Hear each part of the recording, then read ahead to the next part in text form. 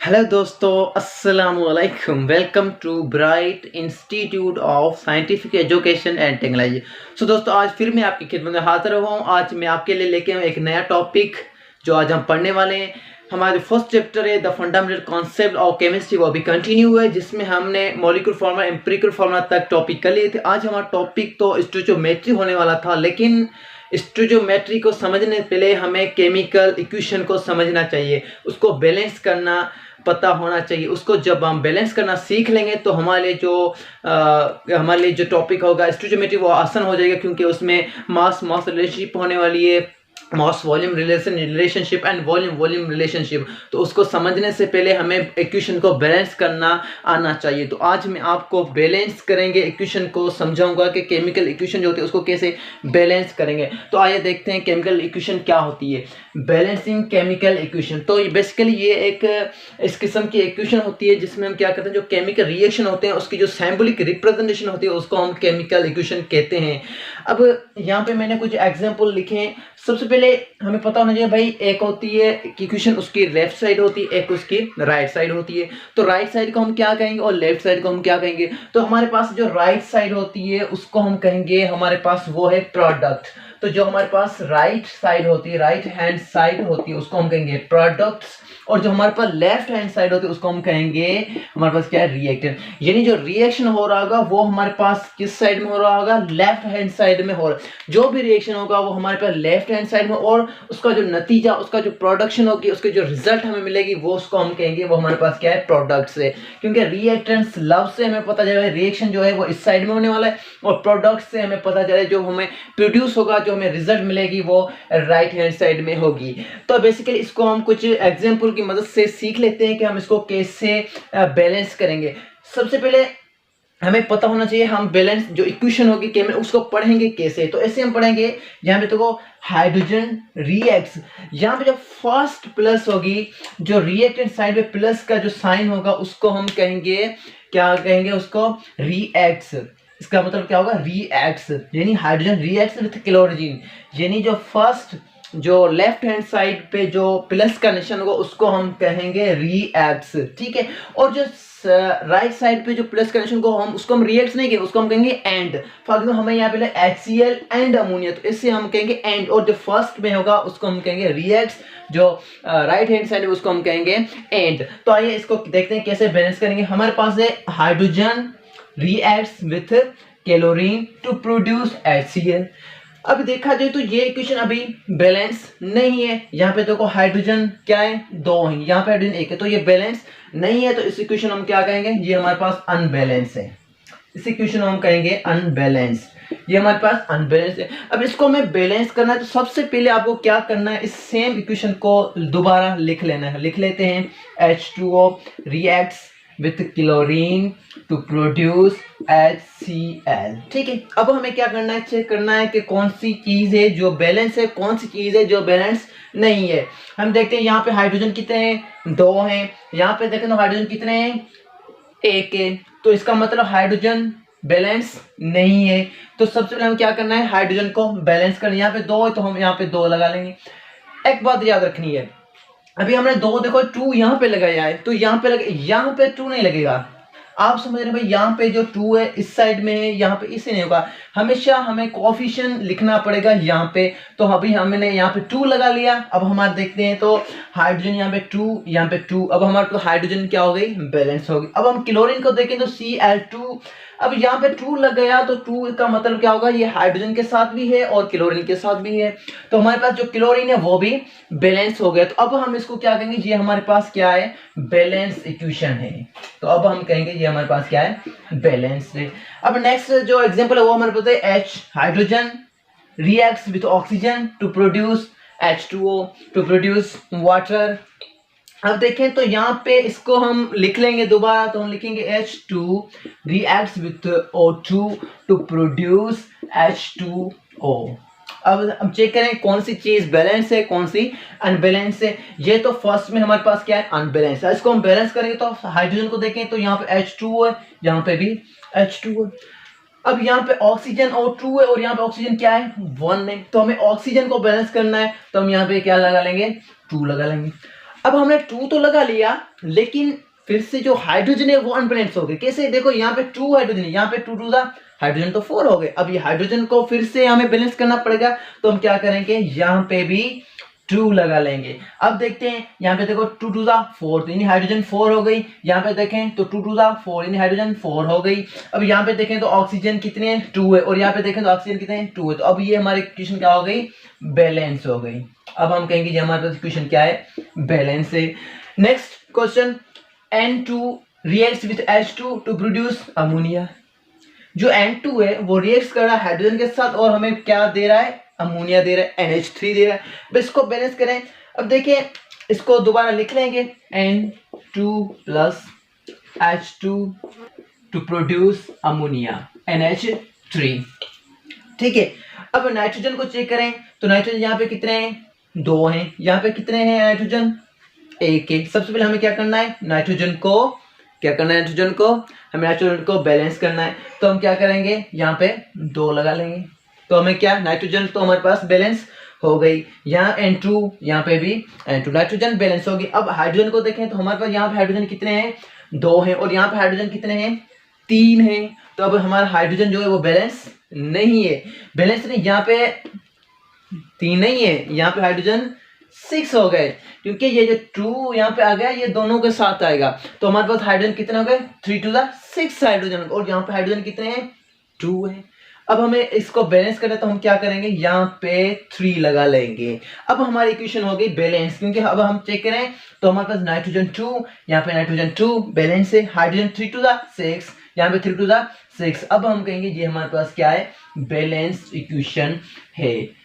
तो मजीद कुछ एग्जाम्पल देख लेते हैं ताकि आपको ज्यादातर समझ। ठीक है, तो हमारे पास एक और एग्जाम्पल है, CO2 reacts with carbon, it produce CO। अब यहाँ पे जो इक्वेशन है ये हमारे पास अभी बैलेंस नहीं है, तो इसको हम कहेंगे ये हमारे पास क्या है, ये अनबैलेंस्ड केमिकल इक्वेशन है। ठीक है, अब इसको बैलेंस करना है तो सबसे पहले हम सेम इक्वेशन को नीचे लिख लेंगे। तो हम लिख लेंगे CO2 plus C to produce CO। ठीक है, सबसे पहले हम कार्बन को देखें तो कार्बन हमारे पास क्या है, अनबैलेंस है या बैलेंस है। यहाँ पे देखो कार्बन कितने हैं, 1 है। यहाँ पे कितने कार्बन है, 1 है। तो हमारे पास कार्बन क्या है, अभी नहीं, यहाँ पे 1 नहीं है कार्बन, यहाँ पे 2 कार्बन। कैसे, ये जो एक कार्बन है और ये जो कार्बन, ये दोनों प्लस हो जाएंगे। तो हमारे पास कितने कार्बन होंगे, हमारे पास 2 कार्बन। और यहाँ पे कितने कार्बन है, 1 कार्बन है। इसका मतलब क्या हुआ, इक्वेशन हमारे पास बैलेंस नहीं है। तो हम यहाँ पे क्या लगा लेंगे, 2 लगा लेंगे। तो यहाँ पे 2 कार्बन, यहाँ पे भी 2 कार्बन, और यहाँ पे कार्बन या कार्बन हमारे पास बैलेंस हो गया। अब हमें क्या करना है, ऑक्सीजन को देखना है। ऑक्सीजन यहाँ पे 2 है और यहाँ पे भी 2 हो गए, क्योंकि ये जो 2 यहाँ पे आ गए तो ये दोनों के साथ आ गए। तो हमारे पास ऑक्सीजन भी बैलेंस होगी। तो ये 2 ऑक्सीजन 2 कार्बन 2 कार्बन, तो हमारे पास इक्वेशन, अब इसको हम कहेंगे ये हमारे पास क्या है, बैलेंस इक्वेशन है। ठीक है, नीचे ऐसे भी आपको रिएक्शन दे सकता है। कैसे दे दे, तो KNO3 produce KNO2 plus O2। ठीक है, अब देखें तो यहाँ पे हमारे पास K 1 है, यहाँ पे भी K हमारे पास कितना, 1 है। तो K हमारे पास क्या है, पोटेशियम हमारे पास क्या है, बैलेंस है। नाइट्रोजन, यहाँ पे नाइट्रोजन 1 है, यहाँ पे तो हमारे पास क्या है, बैलेंस है। यहाँ पे ऑक्सीजन कितने हैं, 3 है। यहाँ पे ऑक्सीजन कितने हैं, 2 ये, क्योंकि ये प्लस होंगे। 2 ये ऑक्सीजन, 2 कितने हो गए, 4 हो गए। ऑक्सीजन 4 हो गए और यहाँ पे ऑक्सीजन कितने, 3 है। अब हम ऐसे इसको नहीं देख सकते हैं भाई, ऑक्सीजन 4 हो गए तो इसको भी 4 नहीं। अभी हमें बैलेंस करना है, तो हम क्या करेंगे, यहाँ पे 4 है, यहाँ पे कितने हैं, 3 है। अगर हम इसको यहाँ पे 2 लगा लें तो हमारे पास क्या हो जाएगा। अब नाइट्रोजन जो 2 हमारे पास K भी हो गए, 2 नाइट्रोजन भी हो गए, और हमारे पास ऑक्सीजन कितने हो गए, 6 हो गए।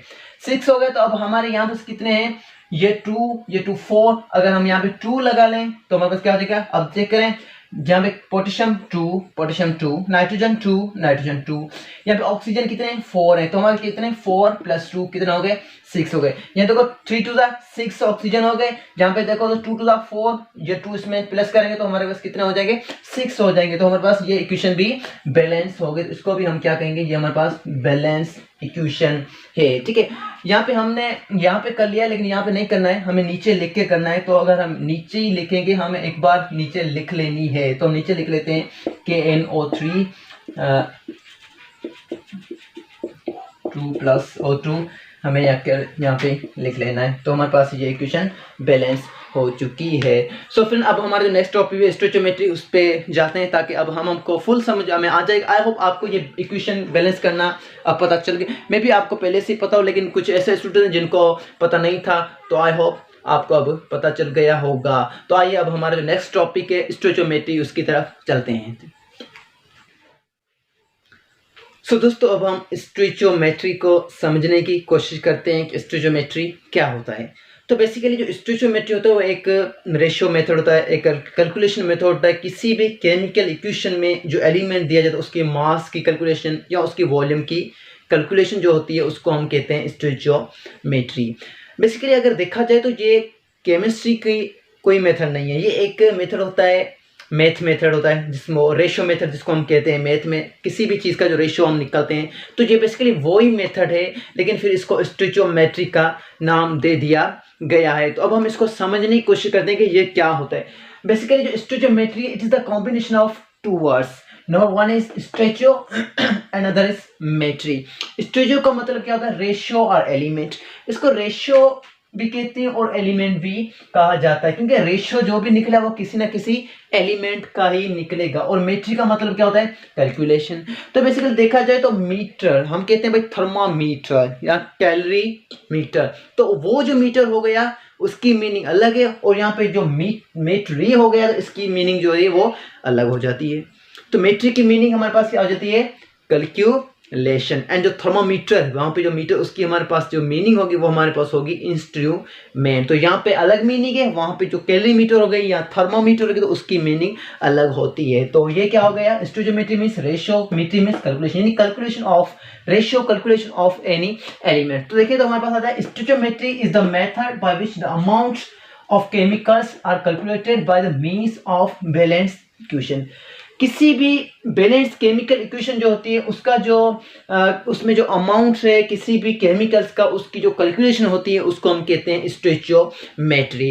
बेसिकली हम मैथ कैलकुलेशन कर लेते हैं। फॉर एग्जाम्पल हमें कहा गया है भाई आपके पास टोटल 10 पेन है जो आपने ली है 20 रुपीज़ में, ठीक है, और आपको 15 पेन्स लेनी है, वो कितने में आप लेंगे? तो वहां पे हमने लगा लिया एक्स।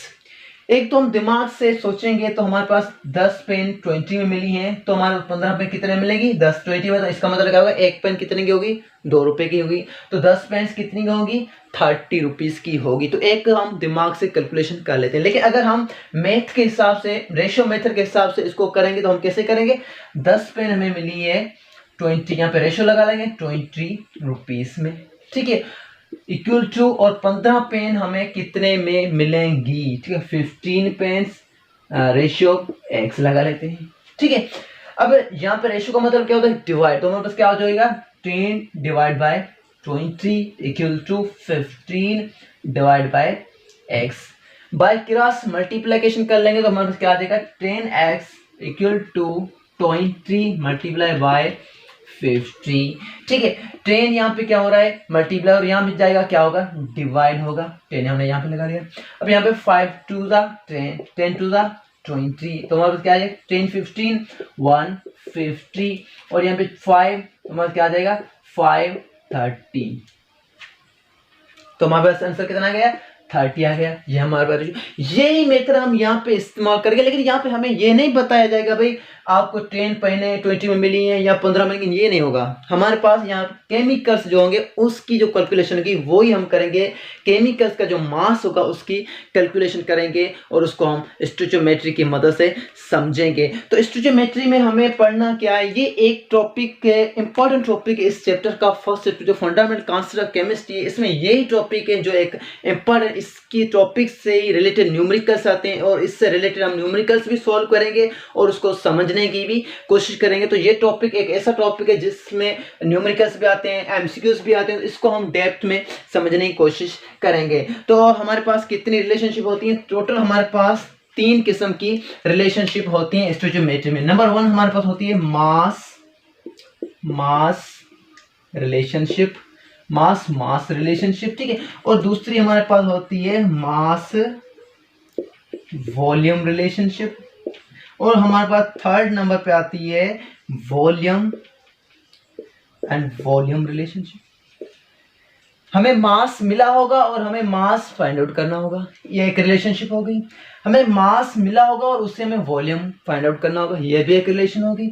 हमें वॉल्यूम मिला होगा और वॉल्यूम से वॉल्यूम को फाइंड आउट करना होगा, ये भी हमारे पास क्या होगी, एक रिलेशन हो गई। तो ये 3 रिलेशन है जिसको हम समझने की कोशिश करेंगे। आज हम करेंगे मास मास रिलेशनशिप क्या होती है और इसके न्यूमेरिकल सॉल्व करेंगे। तो आइए देखते हैं मास मास रिलेशनशिप को। दोस्तों अब हम इस जो मास मास रिलेशनशिप है उसको समझते हैं कि क्या होती है। यहाँ पे मैंने एक इक्वेशन लिखी है N2 + 3H2 react and produce 2NH3। अब यहाँ पे जो मास मास रिलेशनशिप होगी वो या तो इन टर्म ऑफ मोल होगी, ठीक है, या तो फिर इन टर्म ऑफ मास होगी, या फिर इन टर्म्स ऑफ वॉल्यूम होगी। अगर देखा जाए तो यहाँ पे नाइट्रोजन है, ठीक है, और यहाँ पे कुछ भी नहीं है, तो ये नहीं, यहाँ पे कुछ भी नहीं होगा, वहां पे हम अंडरस्टूड क्या होगा, 1 होगा, और जो कोएफिशिएंट होगा वही हमारे पास मोल कहलाएगा। तो यहाँ पे कितने मोल हो गए, 1 मोल नाइट्रोजन का हो गया। तो हाइड्रोजन कितने हो गए, 3 मोल हाइड्रोजन के हो गए। तो और यहाँ पे कितने हो गए, 2 मोल हो गए। तो ये हमारे पास मोल हो चुका है। अब इसकी मास की बात करें तो नाइट्रोजन का हमारे पास मास कितना आता है, जी आप बताएं कितना आता है, 28 ग्राम आता है। नाइट्रोजन कितना आता है, 28 कितना ग्राम। और हाइड्रोजन का हमारा मास कितना आएगा, ये देखो 3 to the 6, हाइड्रोजन का 1 यानी कितना आ गया, 6 ग्राम आ गया। सही है, ये हमारे पास 6 ग्राम हुआ। और यहाँ पे अमोनिया है तो इसका कितना आगे जाएगा, 34 ग्राम हमारे पास क्या आ गया, मास आ गया। 28 ग्राम आ गया नाइट्रोजन का, 6 ग्राम आ गया हाइड्रोजन का, एंड 34 ग्राम आ गया अमोनिया का। ये हमारे पास मास आ गया। अब वॉल्यूम जो होगा, वो जो मोल है वॉल्यूम वो एक ही बात होगा, सिर्फ क्या होगा, इसका यूनिट चेंज हो जाएगा। 1 मोल है तो यहाँ हो जाएगा 1 डेसी क्यूबिक मीटर, 3 मोल है तो यह हो गया 3 डेसी क्यूबिक मीटर, और 2 मोल है तो हमारे पास हो जाएगा 2 डेसी क्यूबिक मीटर। इसमें कोई चेंजिंग नहीं होगी, सिर्फ इसका यूनिट चेंज हो जाएगा। 1 मोल यहाँ पे 1 dm³, तो ये सिर्फ यूनिट चेंज हो जाता है, बाकी मास जो है वो सेम रहता है। सेम उसी तरह इन टर्म ऑफ मोल होगा, इन टर्म ऑफ मास होगा, और इन टर्म ऑफ वॉल्यूम होगा, ठीक है। देखते हैं कैसे होता है। तो यहाँ पे होगा 2 मोल हो जाएगा हाइड्रोजन का, ऑक्सीजन का कितना हो जाएगा, 1 मोल हो जाएगा, और वहां पे हमारे पास कितने हो जाएंगे, 2 मोल हो जाएंगे। कितना हो जाए, 2 मोल हो गए। अब हाइड्रोजन के जो मास है वो हमारे पास कितना होता है, 4 ग्राम। 1 होता है तो यहाँ पे हो क्या होगा, 2 to the 4, यानी 1 को 4 से मल्टीप्लाई करेंगे तो आएगा 4 आएगा हमारे पास। तो 4 ग्राम हाइड्रोजन का मास हो गया। और हमारे पास जो 32 ग्राम हो जाएगा ऑक्सीजन का। कैसे होगा, क्योंकि ऑक्सीजन का जो मॉलिक्यूलर मास हो कितना है, 16 होता है। 16 को 2 से मल्टीप्लाई करेंगे तो हमारे पास कितना आ जाएगा, 32 ग्राम आ जाएगा। और यहाँ पे देखें तो हमारे पास 2 16 18 to 18 कितना हो जाएगा, 36 ग्राम, ये हो गया। तो in term of mole, in term of mass, in term of volume, अगर इसकी मोल हो गया, ये हमने इसका मास भी लिख लिया। अब इसकी, ठीक है, अगर इसकी वॉल्यूम की बात करें तो वॉल्यूम वही होगा जो मोल है, तो 2 मोल तो हमारे कितना है, 2 dm³, 1 dm³, और यहाँ पे 2 तो हमारे क्या हो गया, 2 dm³। यहाँ पे लीटर भी लिख सकते हैं, ठीक है, लीटर dm³ या लीटर सेम बात है, सिर्फ यूनिट चेंज हो जाता है। तो ये हो गया। अब इसके एक न्यूमेरिकल से उसको सॉल्व करते हैं और देखते हैं कि मास से हम कैसे मास को फाइंड आउट करते हैं, ठीक है।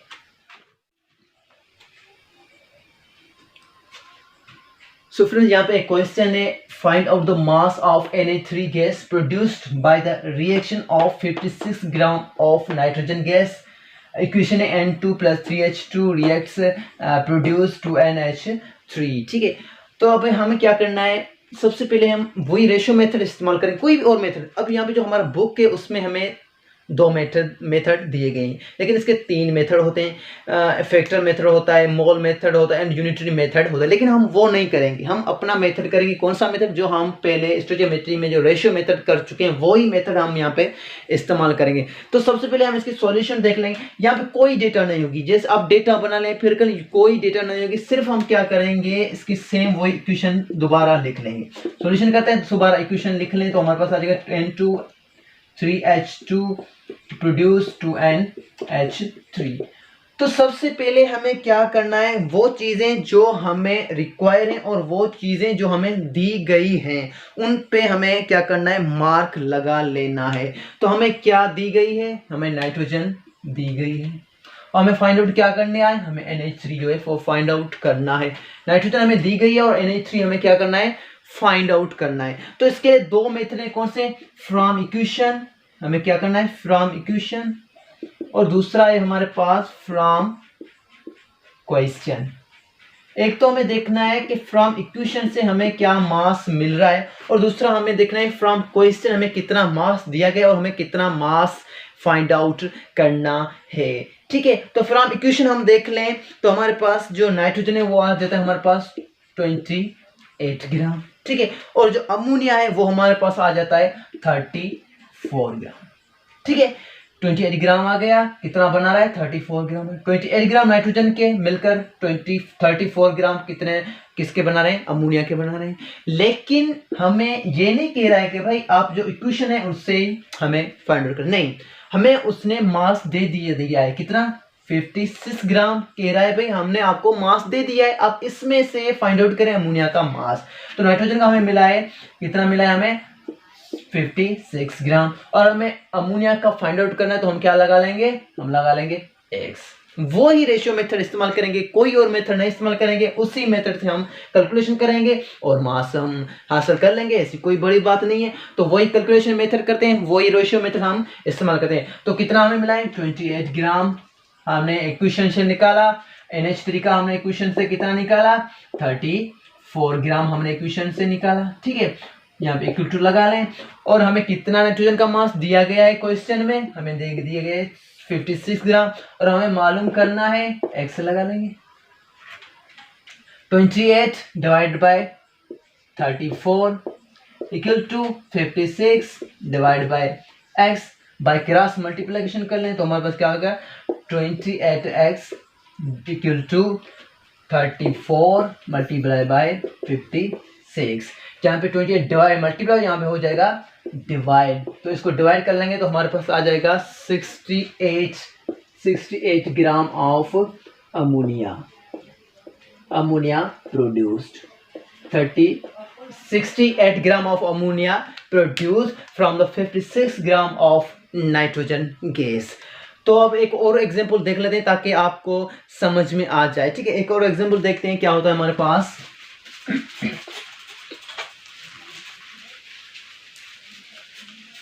अगर हमें कहा गया हो find out the mass of, question है हमारे पास find out the mass of H2O, find out the mass of H2O produced by 100 gram of produced by 100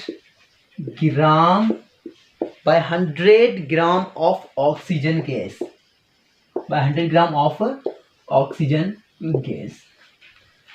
हमें इक्वेशन लिख लेनी है, कौन सी इक्वेशन है, हमें दे रहा है 2H, हमें इक्वेशन दे रहा है 2H3 plus O2 to produce 2H2O। ये हमें क्वेश्चन कह रहा है भाई find out the mass of H2O produced by the 100 gram of oxygen gas. Equation हमारे पास 2H3 प्लस O2 2H2O, ये हमें इक्वेशन दे रहा है। सबसे पहले हमें क्या करना है, हमें इक्वेशन को दोबारा लिख लेना है, 2H3 प्लस O2 2H2O, हमने इक्वेशन को लिख लिया। अब वही मेथड क्या करेंगे, from equation and from question, from equation and from question. तो फ्रॉम इक्वेशन से हमें कितना मिल रहा है हाइड्रोजन, तो सबसे पहले हमें क्या करना है, जो रिक्वायर है और जो हमें फाइंड करना है उस पर हमें क्या करना है, उस पर हमें मार्क कर लेना है। तो हमें रिक्वायर क्या है, ऑक्सीजन जो है वो हमें मिला है, और रिक्वायर हमें क्या है, water. Find the mass of H2O हमें रिक्वायर और ऑक्सीजन हमें मिला है।